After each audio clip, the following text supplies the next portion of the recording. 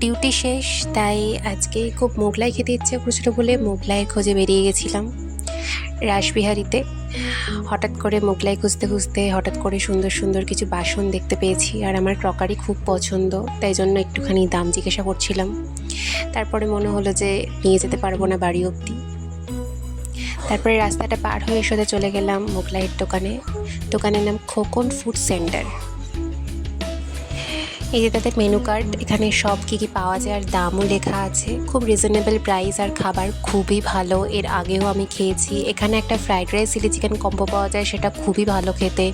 তোমরা একবার ট্রাই করতে পারো। রাসবিহারীর একদম চৌমাথাতেই দোকানটা। আমি নিয়ে নিয়েছি মোগলাই আর এগ রোল, তাই বাড়ি চলে যাচ্ছি। মন আনন্দ হয়ে গেছে।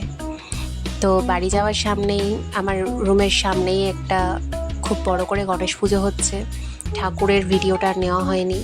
না না, তোমরা একদম ভেবো না খাবারটা আমি একা খেয়েছি। খাবারটা খুব সুন্দর ছিল, তোমরাও ট্রাই করতে পারো। টাটা।